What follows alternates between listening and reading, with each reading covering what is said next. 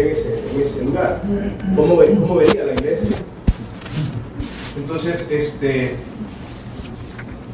usted empezara a querer rastrear la historia de la iglesia y quisiera entender cómo era la comunidad de esos primeros grupos, tendría que buscar el lugar donde ellos se congregaban. Entonces, al tratar de rastrearlos, usted va a encontrar ciertos rasgos distintivos de ese grupo. Y realmente ese grupo no tiene un establecimiento legal como tal, como las otras instituciones. No lo va a encontrar en un lugar físico, sino que lo va a encontrar esparcido por las casas, pero con una identidad de grupo.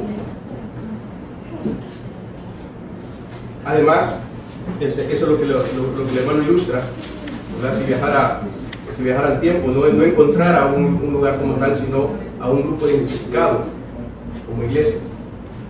Y es que, hermanos, la iglesia realmente, como lo describe una de las descripciones que da el Nuevo Testamento, es como una embajada.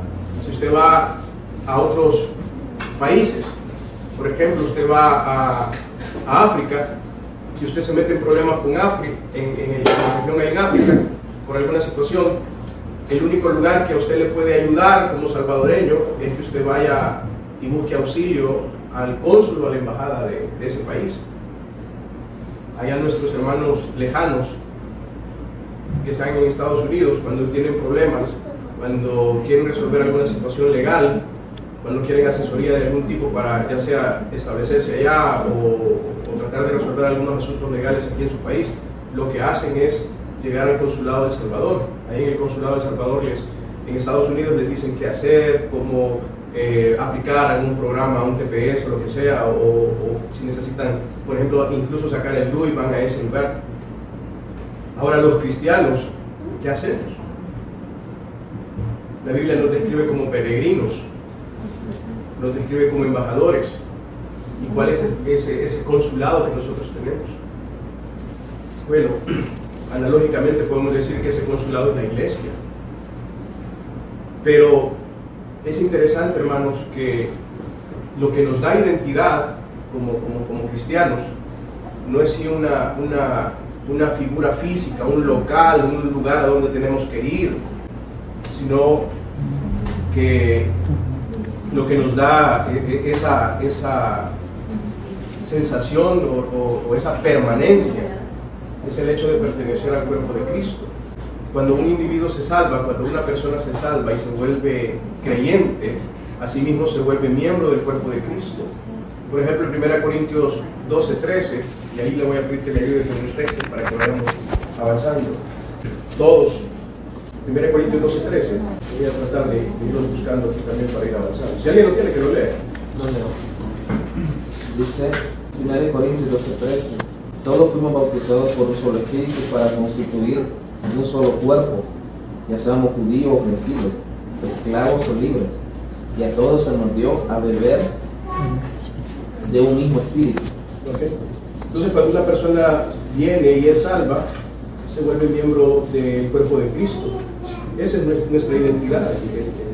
Cristo es nuestra identidad. Ahora, no solamente nos venimos a ser salvos, sino que también venimos a formar parte del cuerpo, venimos a ser uno con Cristo y venimos a ser uno con todas aquellas personas que son miembros del cuerpo también. Así es que en el antiguo tiempo, volviendo a la analogía del viaje en el tiempo, en aquel tiempo cuando viajabas y veías a aquellas personas queriéndose formar parte de la iglesia, no los veías hacer muchas cosas, simplemente los veías bautizarse. Formar parte de una iglesia venía a ser tan sencillo como bautizarse, por el contexto en el que se vivía en ese entonces. Pero en este tiempo, que ahora eso se ha vuelto ser miembro de una iglesia se ha vuelto tan común, tan distorsionado, ¿qué debería distinguir a una persona para ser miembro de una iglesia? Para decir que forma parte del cuerpo de Cristo. Porque ya que el cuerpo de Cristo, cuando hablamos del cuerpo de Cristo, estamos hablando de manera universal, de manera invisible, nos unimos a Cristo. ¿Cómo podemos decir que pertenecemos al cuerpo? Así es que volverse un miembro de una iglesia es comprometerse formalmente con un cuerpo local de creyentes que se puede identificar y se ha unido a esa iglesia con propósitos específicos, divinamente ordenados. Ahora, en el antiguo tiempo, por las mismas circunstancias, querer ser parte de ese cuerpo, querer ser parte de ese grupo de personas, era tan fácil como bautizarse y pertenecer, pero tan difícil como ser identificado y relacionado con ese grupo. Para nosotros ahora eso no es una cuestión que nos preocupe, porque no estamos viviendo en una situación de persecución, en una situación que para nosotros pueda ocasionarnos problemas, pero en aquel entonces ocasionaba problemas identificarse con Cristo e identificarse con las personas que decían ser cristianas. Así es que una persona que se quería identificar con Cristo, que se quería identificar con el grupo de llamados creyentes, no solamente ponía en juego su vida, sino la vida de toda su familia. Entonces, esa persona prácticamente asumía un compromiso de vida, asumía un compromiso tan importante para él y para su familia, el hecho de decidir, voy a ser parte de este grupo. Hoy en día es tener ese tipo de compromisos, pareciera que no es de todos, y a la iglesia tampoco parece que le importa. Hoy en día pertenecer a una iglesia es simplemente llegar a la iglesia. Los cristianos tienen esa pequeña idea de que ser miembro de una iglesia simplemente es asistir a una iglesia, y tienen un concepto equivocado de lo que significa pertenecer a una iglesia. Entonces de todas estas cosas que les estoy mencionando así en general, nace la importancia de entender lo que es la membresía de la iglesia. Y la palabra tal como membresía no la vamos a encontrar en la Escritura. Prácticamente la palabra membresía es traída o tomada del idioma inglés, ¿verdad? De pertenecer a un grupo. Viene con la idea de que al pertenecer a un grupo tú tienes derechos y obligaciones, tienes un costo a pagar, ¿verdad? Como pertenecer a un club. Pero tiene esa idea de tener responsabilidades y derechos, esa palabra membresía. Entonces la Biblia no toca como tal la palabra membresía. Por eso algunas iglesias modernas, al principio del siglo pasado, empezaron a ver esa idea de la membresía como algo que, ¿por qué lo vamos a practicar si la Biblia no dice esa palabra? Y entonces se fue perdiendo. Y eso fue dando libertades a muchas iglesias de decir que la membresía no es bíblica. Y allá por los 80, con un montón de movimientos que se dieron en Estados Unidos acerca de iglesias más liberales, iglesias queriendo ser bien bíblicas, digamos así, pero desechando todo lo que se había practicado con anterioridad, dejaron todas estas ideas, dejaron todas estas ideas de lado, que realmente son bíblicas, pero por no encontrar la palabra se desechan, y por el hecho de ser grandes también. Entonces esto, junto con el movimiento de Iglesia y Crecimiento, que fue muy popular en la década de los 80, fue el boom que destruyó la idea de la membresía en la mayoría de las iglesias, no en todas, porque en algunas iglesias esta idea se ha mantenido siempre firme, porque nace de la palabra de Dios. Ahora, nosotros como cristianos, que honramos la palabra de Dios, ¿cómo debemos de tomar esto? La idea es que, si bien es cierto, la palabra membresía no aparece, y a esto sumándole que muchas de las prácticas de las iglesias que practican la membresía son hasta cierto punto, quiero usar una palabra suave, pero son abusivas, porque esto es lo que también rompió con la idea de la membresía. Muchas de las prácticas de las iglesias que practicaban las membresías eran abusivas. Entonces, ¿cómo llegamos a tener una idea bíblica de esto?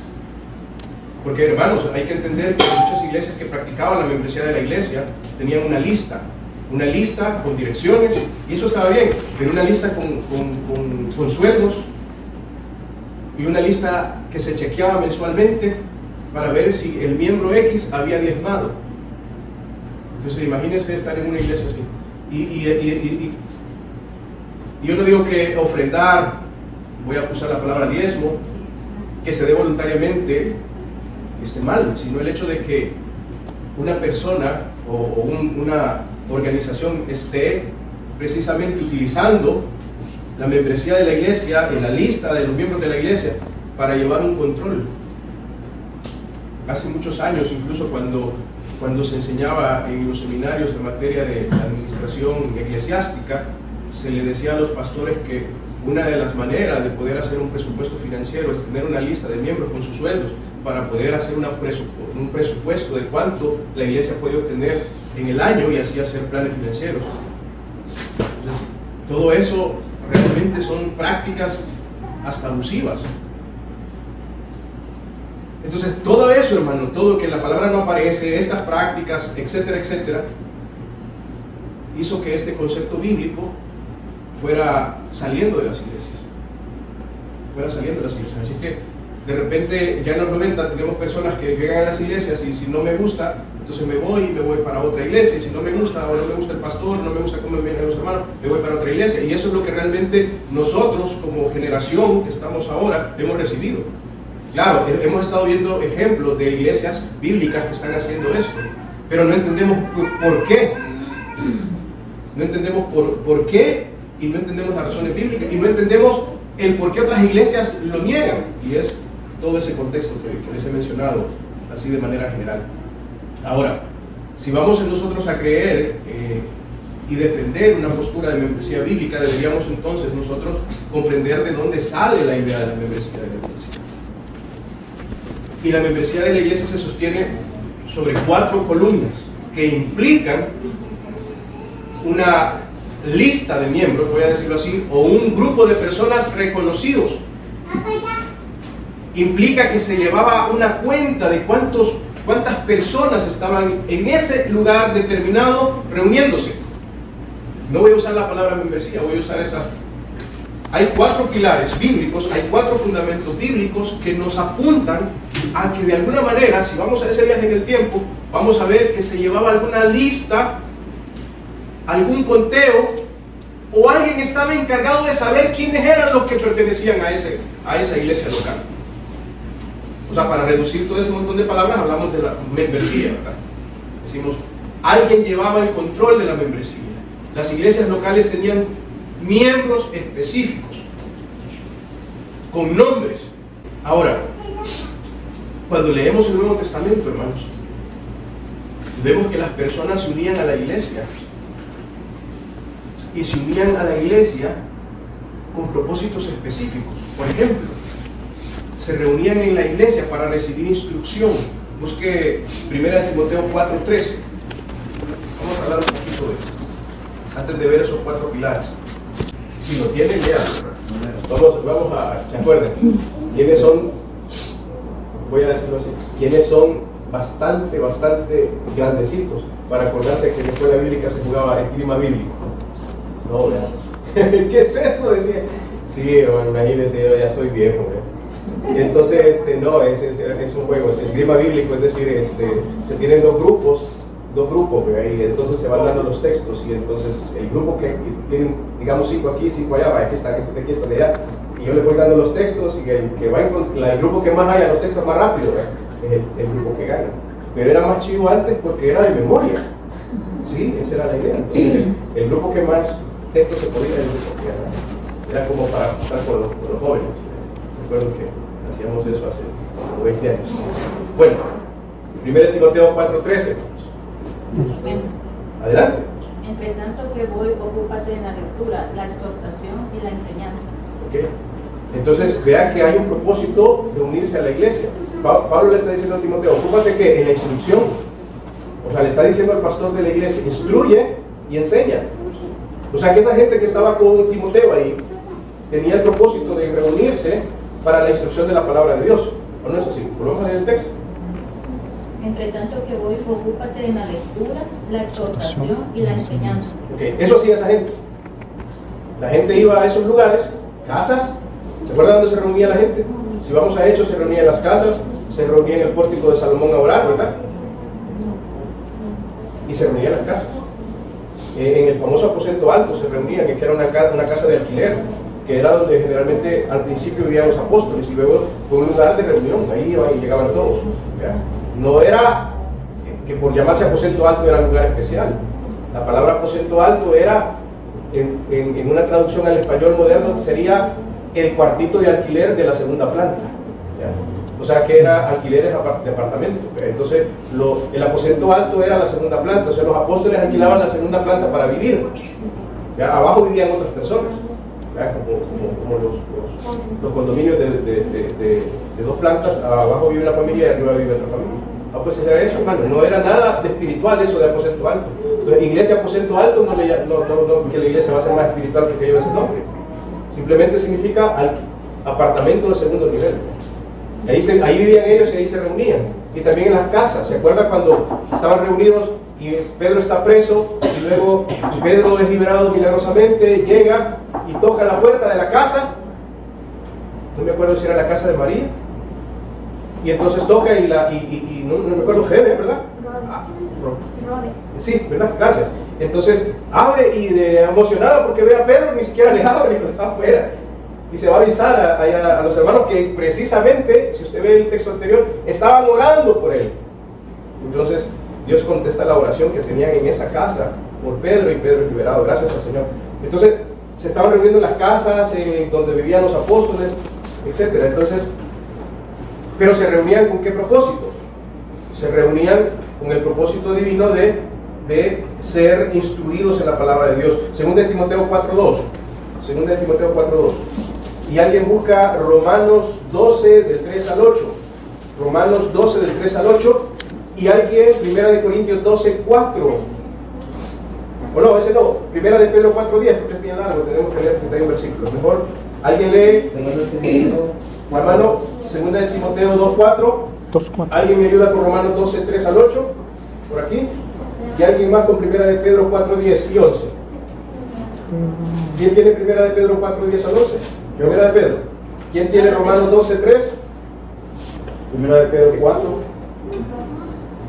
No, entonces busque usted, hermano, 1 Corintios 12.4. 12.4. Sí, ya 1 Pedro ya la tiene la hermana, Romanos ya lo tiene, y el hermano tiene Timoteo, ¿eh? 2 Timoteo 4.2. Sí. 2 Timoteo 4.2, vaya, leámoslo, hermano. 2 Timoteo 4.2 dice: predica la palabra, persiste en hacerlo, sea o no sea oportuno, corrige, reprende y anima con mucha paciencia, sin dejar de enseñar. Ok, ¿y dónde se hace eso? En los parques. Había un lugar, ¿verdad? Había un lugar para recibir esa instrucción. Entonces recibir esa instrucción era uno de los propósitos.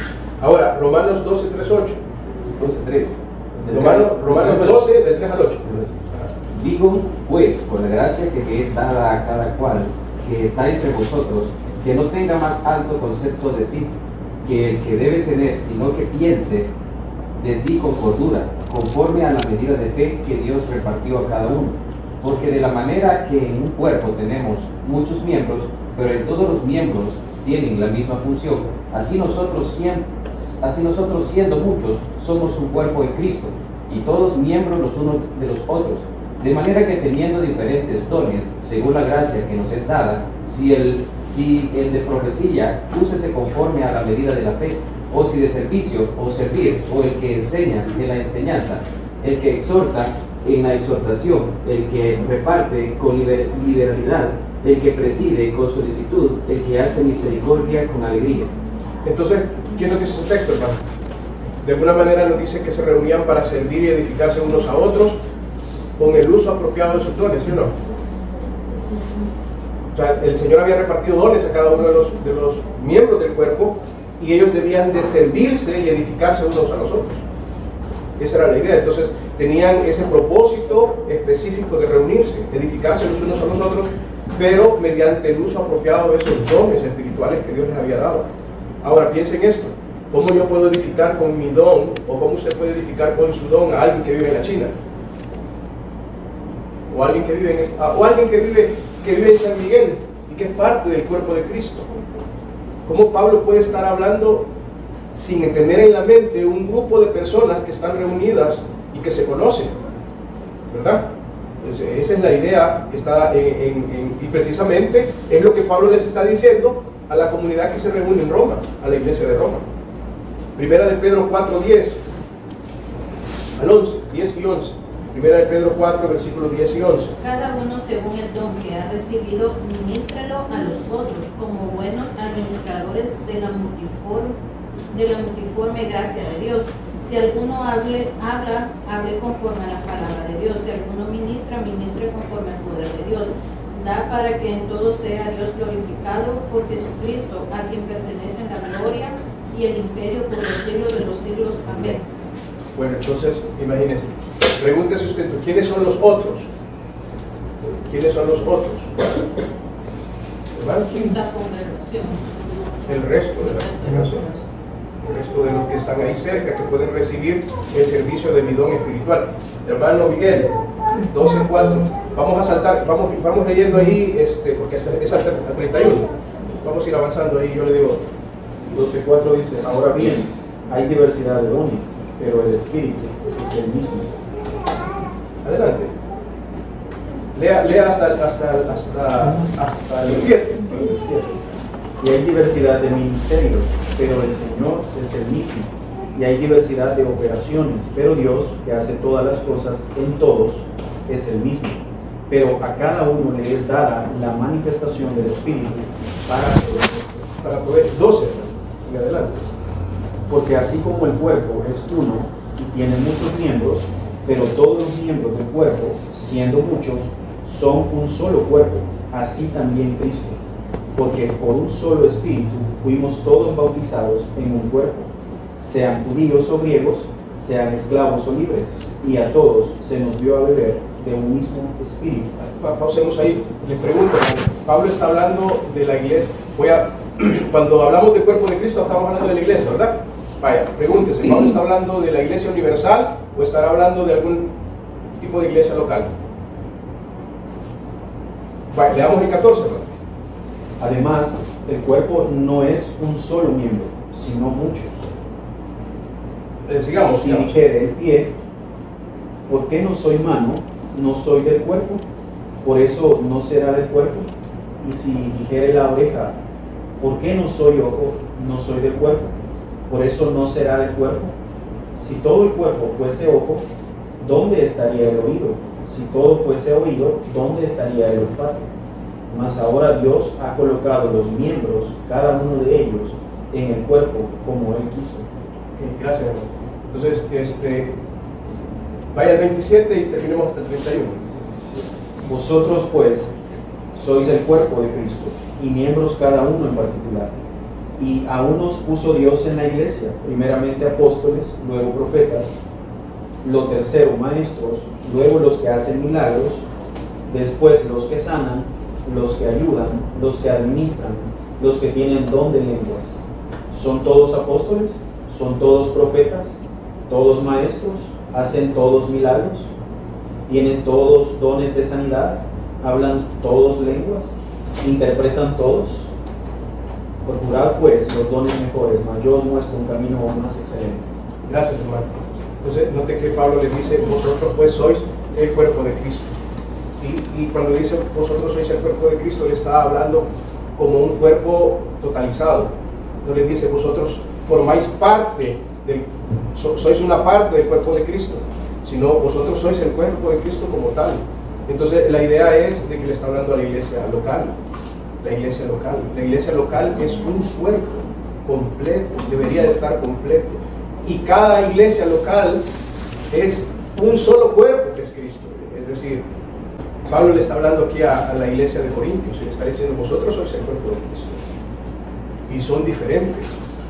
Entonces, volviendo al punto, hermanos, la idea aquí es que Pablo les está diciendo, no solo a los corintios, no solo a los romanos, sino también Pedro está diciendo de que reunirse en la iglesia, ser parte de una iglesia, ser parte del grupo llamado iglesia, es servir y edificarse unos a otros mediante el uso apropiado de los dones espirituales. Entonces esta gente que está viniendo a formar parte de este grupo selecto, vamos a llamarle así, se está reuniendo por lo menos por dos causas. Número uno, para ser instruido por la palabra de Dios. Y número dos, para servirse y edificarse mutuamente, haciendo uso adecuado de los dones espirituales que Dios le ha dado a cada uno.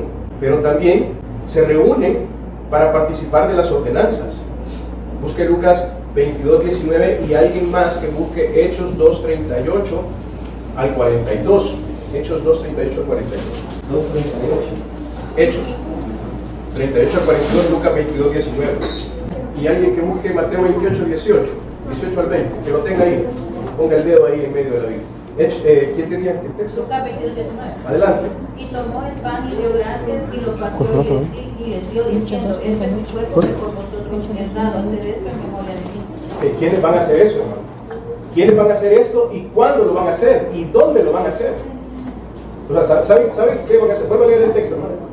Y tomó el pan y dio gracias y lo partió y les dio diciendo, esto es mi cuerpo que por vosotros es dado, haced esto en memoria de mí. ¿Qué es esto, hermano? ¿Qué es esto? Hacer esto, ¿qué es? ¿Qué estaba haciendo el Señor? Que les dice, hagan esto. La cena del Señor, ok. En memoria de mí, hagan esto. Entonces pregúntense, ¿cuándo lo van a hacer? No nos dice cuándo, pero ¿ya? ¿Y a dónde se van a reunir? Y lo otro, lo más importante, ¿quiénes lo deben de hacer? ¿Quiénes lo deben de hacer? Entonces sí, ahora, Hechos 2, 38, 42. Arrepiéntanse y bautícese cada uno de ustedes en el nombre de Jesucristo para perdón de sus pecados. Les contestó Pedro, y recibirán el don del Espíritu Santo. En efecto, la promesa es para ustedes, para sus hijos y para todos los extranjeros, es decir, para todos aquellos a quienes el Señor nuestro Dios quiera llamar. Y con muchas otras razones les exhortaba insistentemente, sálvense de esta generación perversa. Así pues, los que recibieron su mensaje fueron bautizados, y aquel día se unieron a la iglesia unas 3,000 personas. Se mantenían firmes en la enseñanza de los apóstoles, en la comunión, en el partimiento del pan y en la oración. Okay. Entonces las preguntas que dice, ¿quiénes? ¿A dónde? Pero sobre todo, ¿quiénes? Este versículo lo contesta. A todos aquellos a quien el Señor quiera llamar. Ellos son los que deben de hacer esto en memoria de mí. O sea, hay un grupo selecto, ¿verdad? Hay un grupo selecto. Y terminando lo que dice el versículo 42, vea con el 41, así los que recibieron su palabra, o sea, los que están llamados a guardar las ordenanzas que el Señor manda, o sea, que mandó en Lucas 22, son aquellos que el Señor primeramente llame, versículo 39, aquellos que reciben la palabra, versículo 41, y aquellos que perseveran, versículo 42, perseveran en la doctrina de los apóstoles, en la comunión los unos con los otros, y luego, vea, en la comunión los unos con los otros y en el partimiento del pan, o sea, ya están haciendo lo que el Señor había mandado en el Lucas 22, 19. Entonces, ellos, entonces, vea, hay un grupo de personas que están reunidas y que están haciendo esto. Entonces se reúnen para participar de las ordenanzas del Señor. Entonces hay un grupo específico, selecto, que se reúne para recibir, ¿verdad?, instrucción de la palabra de Dios, para servirse y edificarse unos a otros mediante el uso apropiado de sus dones y para participar de las ordenanzas. Y Mateo 28, 18 al 20, no lo vamos a leer, perdón el hermano que lo tenga, pero es para esparcir el Evangelio, ¿verdad? Ir por todo el mundo y predicar el Evangelio. Ahora, vean entonces, hermanos, que este grupo local de creyentes que se puede identificar, se ha reunido, se han estado reuniendo desde el principio de la iglesia con un propósito específico que divinamente Dios ha ordenado. Y estos propósitos específicos, ahí los he mencionado, y vuelvo a mencionarlos otra vez: recibir instrucción de la palabra de Dios, servirse y edificarse mutuamente mediante el uso apropiado de los dones, participar de las ordenanzas que el Señor ha instituido, y luego evangelizar. Entonces tenemos ahí como una razón de ser, ¿verdad? Hay ahí un compromiso, hay un propósito para reunirse. Pero veamos los 4 pilares, la base entonces, que nos habla acerca de la membresía de la iglesia, o sea, la base. Y vuelvo a recordar que la Escritura no contiene un mandato explícito a unirse formalmente a una iglesia local. No existe. No existe un mandato.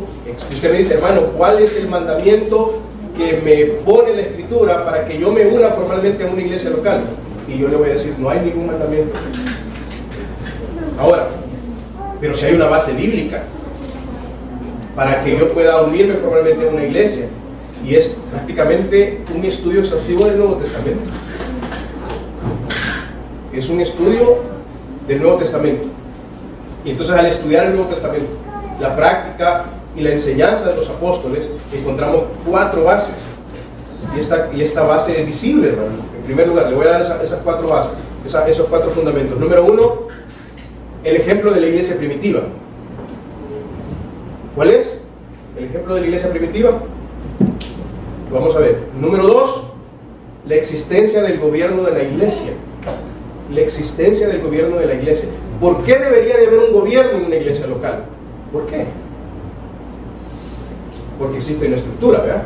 Bueno, número 3, la práctica de la disciplina de la iglesia. La práctica de la disciplina de la iglesia. Si va a haber alguien que va a ser disciplinado, debemos saber quién es, ¿verdad?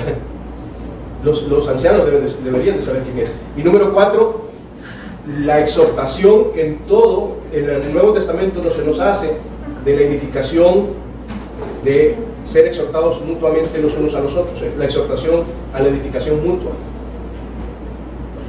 Y es la famosa frase que algunos dicen, el mandamiento de los unos a los otros, como por ejemplo, orad los unos por los otros.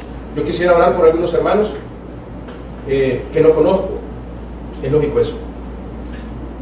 Puede ser, hermano, Señor, te pido por aquellos, tus hijos que viven en no sé qué parte del mundo que están sufriendo. Puede ser, no, puede ser. Pero ¿cómo puedo yo exhortar y edificar a otros que yo no conozco, que no están cerca de mí? ¿Cómo puedo llevar yo? Vaya, puedo orar por ellos, puedo orar por la iglesia que no conozco, pero ¿cómo puedo llevar yo la carga, llevar las cargas los unos de los otros? ¿Cómo puedo llevar la carga de alguien que no conozco y que no se acerca?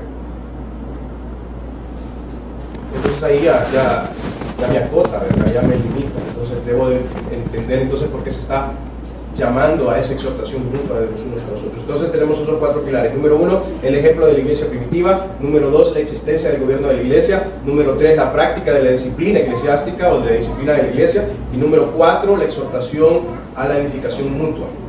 Veamos el primer pilar, hermanos. Busque alguien, hermanos, Hechos 2:41, ya lo vimos, pero ahí téngalo en la mano. El versículo 41 y el versículo 47. Hechos. Todos los textos son de Hechos. Lo que puede ser, el primer fundamento es el ejemplo de la iglesia primitiva. Y la historicidad de la iglesia primitiva la tenemos en el libro de Hechos. La historia de la iglesia primitiva está en el libro de los Hechos. Alguien que busque Hechos 5:14 y alguien que busque Hechos 16:5. Y es sencillo como esto, hermano. En la primera iglesia, venir a Cristo era venir a la iglesia. Así de sencillo. Si tú querías venir a Cristo, venías a la iglesia. Te identificabas con ese grupo de personas. ¿Se acuerdan? Bueno, ya lo vamos a ver. La idea de experimentar la salvación sin pertenecer a ese grupo de personas no existe en el libro de los Hechos.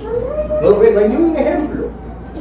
Como decía un hermano, ¿verdad?, que estuvo asistiendo con nosotros hace muchos años y decía, no, es que los hermanos son bien complicados, entonces yo por eso me prefiero quedarme en la casa y ver el sermón de Grace. Decía. O sea, era la iglesia de una persona. En el mejor de los casos era la iglesia de él y su familia, ¿verdad? Así que yo pongo el sermón, nos cantamos con el himnario, con mi familia, mi esposa y mis 2 hijos.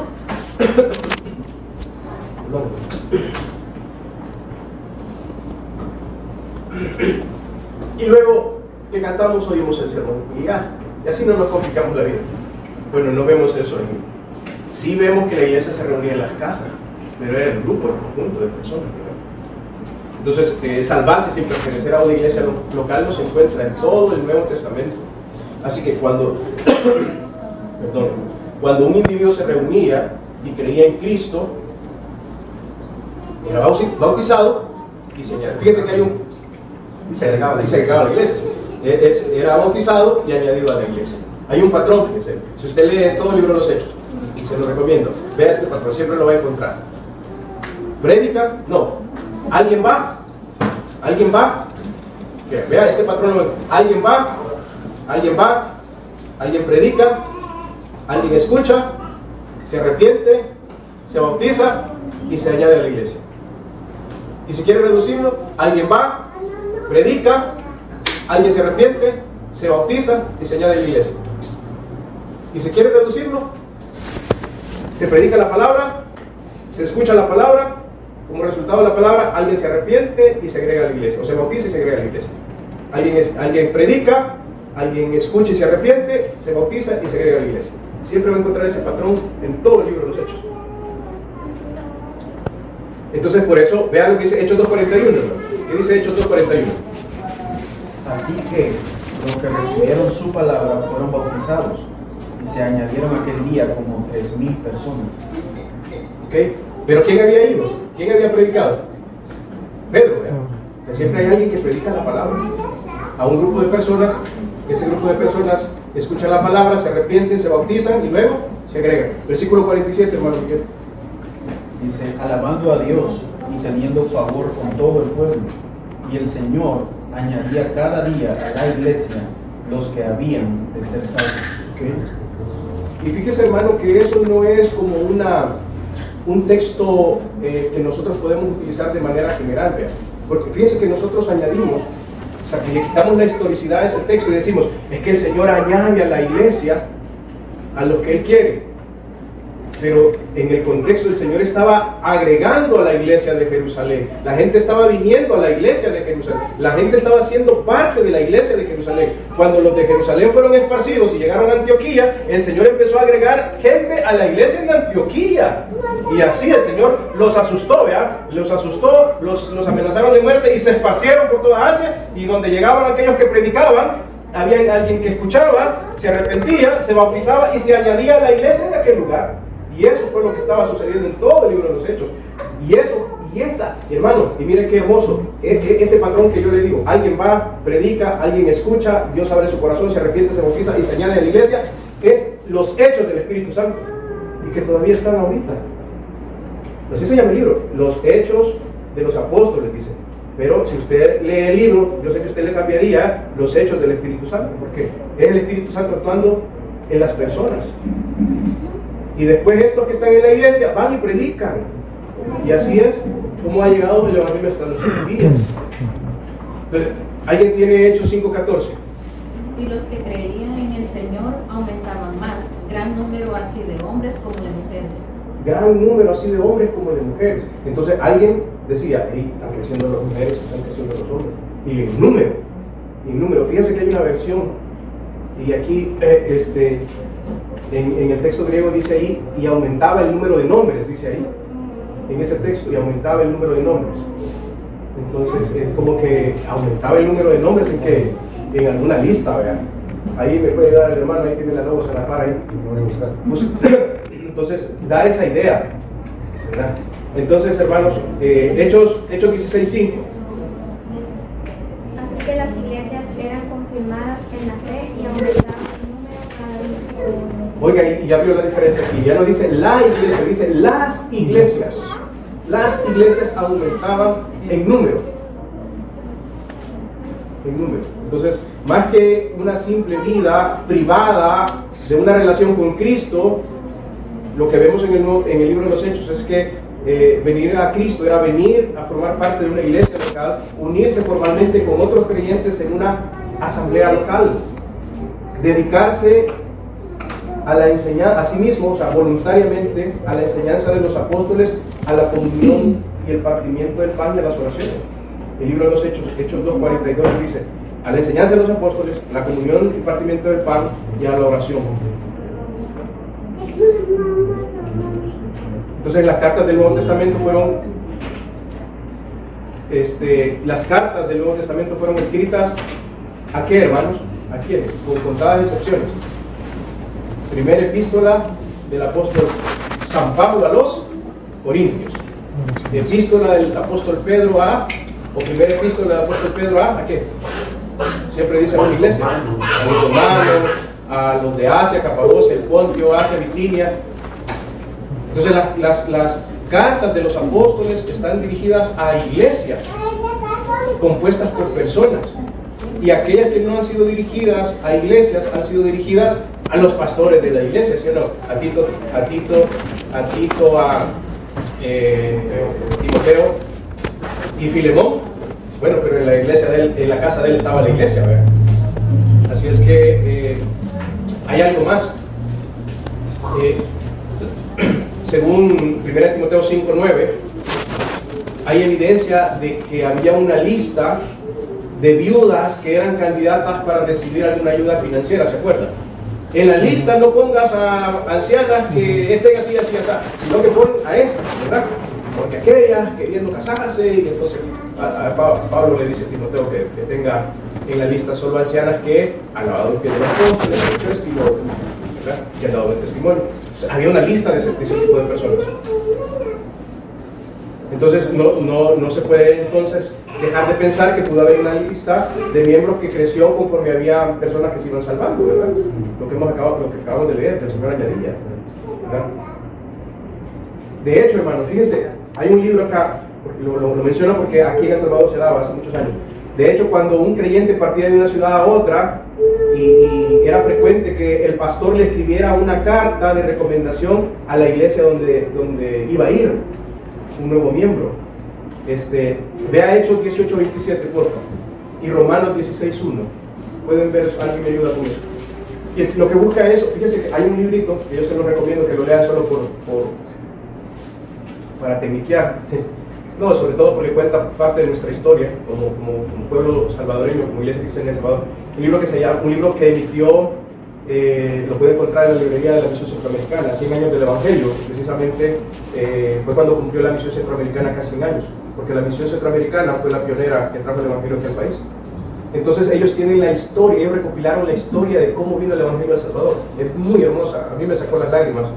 Sabe que el primer misionero que vino, de apellido Porti, venía a evangelizar a El Salvador y murió de malaria en el puerto de Acapulco. No recuerdo tal, cuando leí eso me sacó las lágrimas.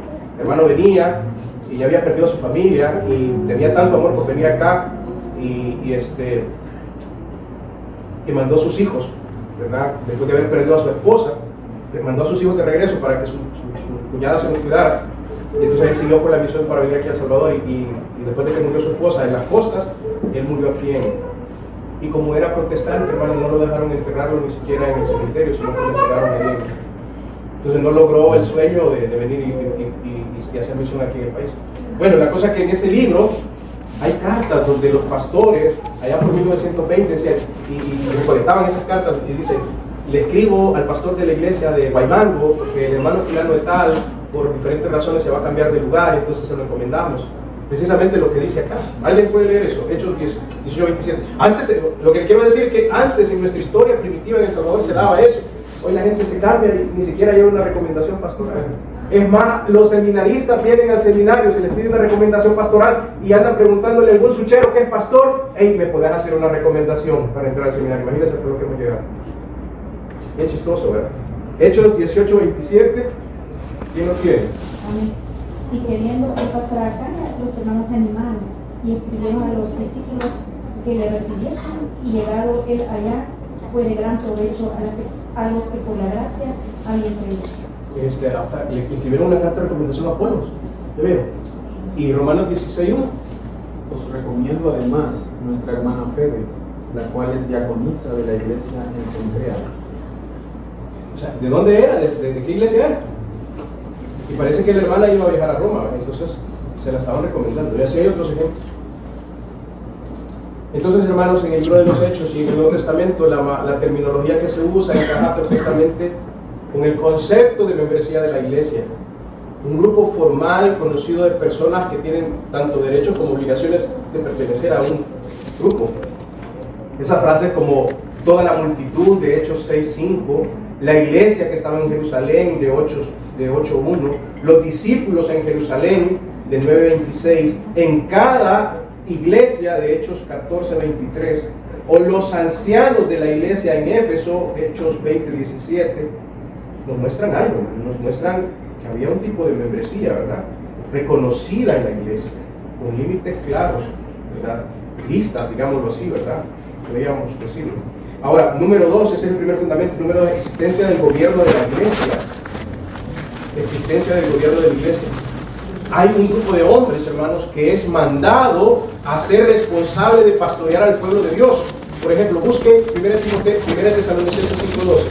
1 Tesalonicenses 5:12. Alguien más. Primera de Timoteo 5:17. Y Hebreos 13:17. Entonces, estos creyentes que constituyen la iglesia, el redil, ¿verdad?, el rebaño del Señor, son puestos a cargo de hombres piadosos que son responsables de pastorear al pueblo de Dios. Entonces, veamos, estos hombres se les dice que deben de trabajar diligentemente entre el rebaño. 1 Tesalonicenses 5:12, ¿quién lo tiene? Os rogamos, hermanos, que reconozcáis a los que trabajan entre vosotros y os presiden en el Señor. Presiden, esa es la clave para que entiendan. Y os amonestan. Trabajan diligentemente ¿entre quién? Entre el rebaño. ¿Lo vuelve a leer, hermano? Os rogamos, hermanos, que reconozcáis a los que trabajan entre vosotros y os presiden en el Señor y os amonestan. Ok, si no hubiese un grupo selecto, reconocido, con nombres, delimitado, ¿cómo van a reconocer ese grupo que trabaja?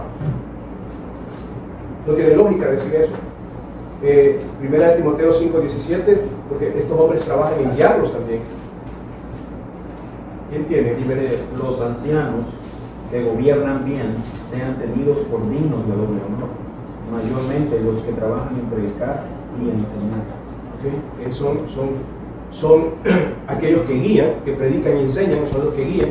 Entonces, ¿guían a quiénes? Y Hebreos 13:17. Obedeced a vuestros pastores y sujetaos a ellos, porque ellos velan por vuestras almas, como quienes han de dar cuenta, para que lo hagan con alegría y no quejándose, porque esto no es provechoso. Sí. ¿Cómo van a velar por almas que no conocen? Así que el patrón en todos los aspectos de cada cuerpo local de creyentes debe ser supervisado por una pluralidad de ancianos. Los deberes específicos de estos hombres, por lo menos esos 3 deberes que hemos visto ahorita, presupone un grupo claramente definido de miembros, ¿o no? ¿Cómo voy a trabajar diligentemente entre quienes yo no conozco o no los he identificado, verdad? ¿O cómo puedo guiarlos si no los tengo identificados o velar por sus almas? Así que no solamente eso, sino si vemos Hebreos 13:17, también dice lo que leyó la hermana, que la Escritura enseña que estos ancianos van a dar cuentas a Dios por los individuos que están a su cargo. Así, hermanos, esta responsabilidad requiere que haya una membresía que se pueda distinguir, que sea identificada localmente.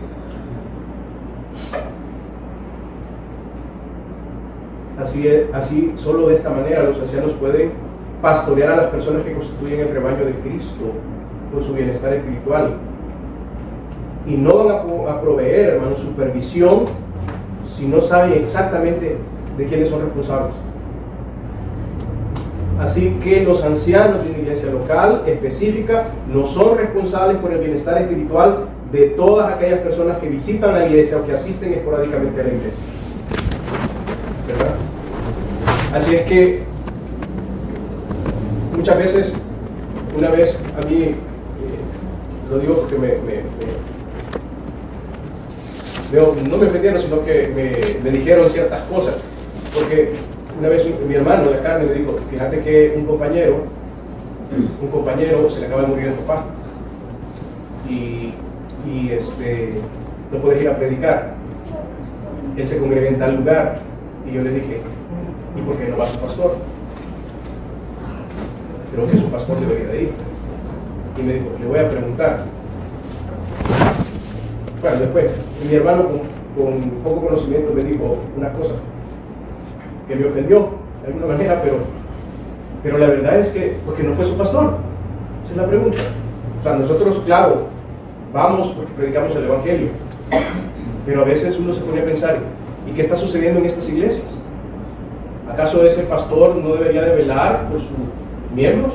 ¿Cuidar de ellos? ¿Estar pendiente en los momentos más difíciles? Vea que es hermoso cuando uno va al lugar a predicar y está el pastor de esa congregación.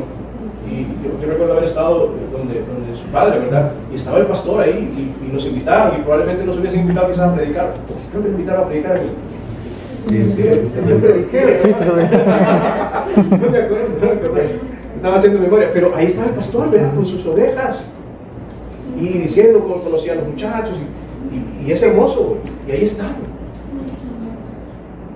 Pero estamos tan destruidos, ¿verdad? Como iglesia evangélica hemos perdido tanto la identidad que no sabemos ni qué hacer. Ahora, también la Escritura, hermano, enseña que los creyentes deben someterse a sus ancianos, como lo vimos en Hebreos, ¿verdad? Bueno, número 3, la práctica de las disciplinas de la iglesia. Y esta va a ser corta, hermano. En primer lugar, hermano, en Mateo 18:15, Jesús delinea o nos dice la manera en que se deben de tratar y de buscar la restauración del creyente que ha caído en pecado, ¿sí o no?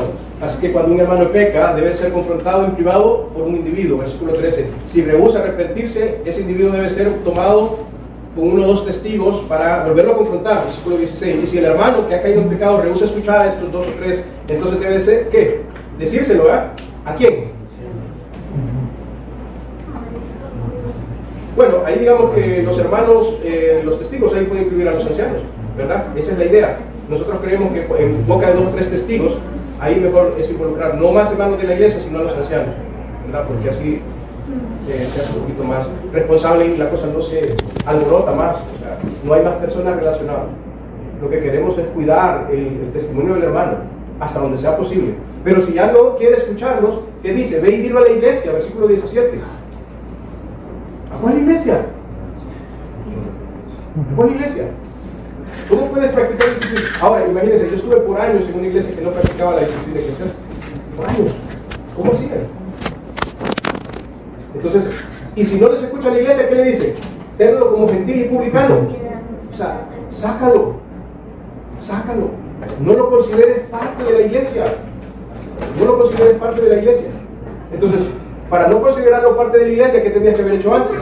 Haberlo considerado miembro de la iglesia. ¿Note? Entonces, la idea de la membresía tiene acá un peso fuerte. La práctica de la disciplina de la iglesia, de acuerdo a Mateo 18, y pasajes como 1 Corintios 15, 13, 1 Timoteo 5, 20 y Tito 3, 10, presupone que los ancianos de cierta iglesia sepan quiénes son los miembros de la iglesia. Nosotros no podemos disciplinar como iglesia a los hermanos de la iglesia de Pico. No podemos. Como ancianos. Entonces ese es el tercer pilar. ¿Cuántos son, hermanos? Número 1. El ejemplo de la iglesia primitiva. La número 2. Existencia del gobierno de la iglesia. Existencia del gobierno de ancianos. Número 3. La práctica de la disciplina eclesiástica. Estos son los fundamentos, la base sobre la cual nosotros creemos que debe de haber una membresía de la iglesia. Y número 4, la exhortación a la edificación mutua. El Nuevo Testamento, hermano, enseña que la iglesia es el cuerpo de Cristo y que todos los miembros son llamados a edificarse mutuamente. Las Escrituras, hermanos, nos exhortan a todos como creyentes a edificarnos los unos a los otros, edificar a otros miembros al practicar la famosa esa frase, unos a los otros. Por ejemplo, busque Hebreos 10, 24 al 25. Hebreos 10, 24 al 25. Alguien busque Romanos 6 al 8. Romanos 12, versículos 6 y 8. Alguien más busque 1 Corintios 12, 14 y 17. Y alguien más, 1 Pedro 4, 10 al 11. Hebreos 10, versículos 24 y 25. ¿Quién lo tiene? Romanos 12, versículos 6 y 8. ¿Quién lo tiene? 1 Corintios 12, versículos 4 y 7. ¿Quién lo tiene? 1 Pedro 4, versículos 10 y 12. ¿Quién lo tiene? Oye, hermano, la edificación mutua solo puede llevarse a cabo en el contexto de un cuerpo colectivo. 10:24. Adelante. Y considerémonos unos a otros para estimularnos al amor y a las buenas obras, no dejando de congregarnos como algunos tienen por costumbre, sino exhortándonos y tanto más cuando veis que aquel día se acerca. Así es que si un hermano no quiere venir a la iglesia, usted tiene la obligación, entre todo lo que dice ahí, de irle a exhortar y decir, hermano, vamos, no te quedes, ¿verdad? Pues tiene que conocerlo, ¿verdad? Romanos 12, 6. Dice, de manera que teniendo diferentes dones según la gracia que nos es dada, si el de profecía, úsese conforme a la medida de la fe, o si de servicio, en servir, o el que enseña en la enseñanza, el que exhorta en la exhortación, el que reparte con liberalidad, el que preside con solicitud, el que hace misericordia con beneficio. Ahí está, para todos. 1 Corintios 12, 4, 7. Ahora bien, hay diversidad de dones, pero el Espíritu es el mismo. Y hay diversidad de ministerios, pero el Señor es el mismo. Y hay diversidad de operaciones, pero Dios que hace todas las cosas en todo, es el mismo, pero a cada uno le es dada la manifestación del Espíritu para provecho. ¿Provecho? ¿De quiénes? De los demás. Y terminamos con 1 Pedro 4:10. Cada uno según el don que ha recibido, ministralo A los otros. como buenos administradores de la multiforme gracia de Dios. Si alguno habla, hable conforme a las palabras de Dios. Si alguno ministra, ministre conforme al poder que Dios da, para que en todo sea Dios glorificado por Jesucristo, a quien pertenece la gloria y el imperio por los siglos de los siglos. Amén. Hermanos, en conclusión, este tipo de ministerio, este tipo de se supone que los creyentes se han comprometido con otros creyentes en una asamblea local específica. Vivir un compromiso con una iglesia, hermanos, involucra muchas responsabilidades. Un estilo de vida piadoso dentro de esa comunidad, ejercer estos dones que el Señor nos ha dado con un servicio diligente, contribuir financieramente a la obra del ministerio, proveer, pero también recibir amonestación con mansedumbre y amor. Entonces, es un compromiso, hermanos. Realmente eso es pertenecer a la iglesia. Eso es el concepto que nosotros deberíamos tener de la iglesia de la iglesia. Hay muchos conceptos. Hermanos, hay iglesias que tienen sus atestados y los escriben. Está bien, funciona para ellos. Pero si nosotros queremos tener un modelo bíblico, tenemos que descansar sobre esos 4 fundamentos, ¿verdad? Es un principio de amonestación mutua, de sometimiento mutuo y de servicio diligente los unos con los otros. Pero eso es un compromiso que nace del amor que Cristo ha puesto en nosotros. El amor hacia mis hermanos, los que estamos aquí. ¿Ven? No sé si tienen alguna pregunta.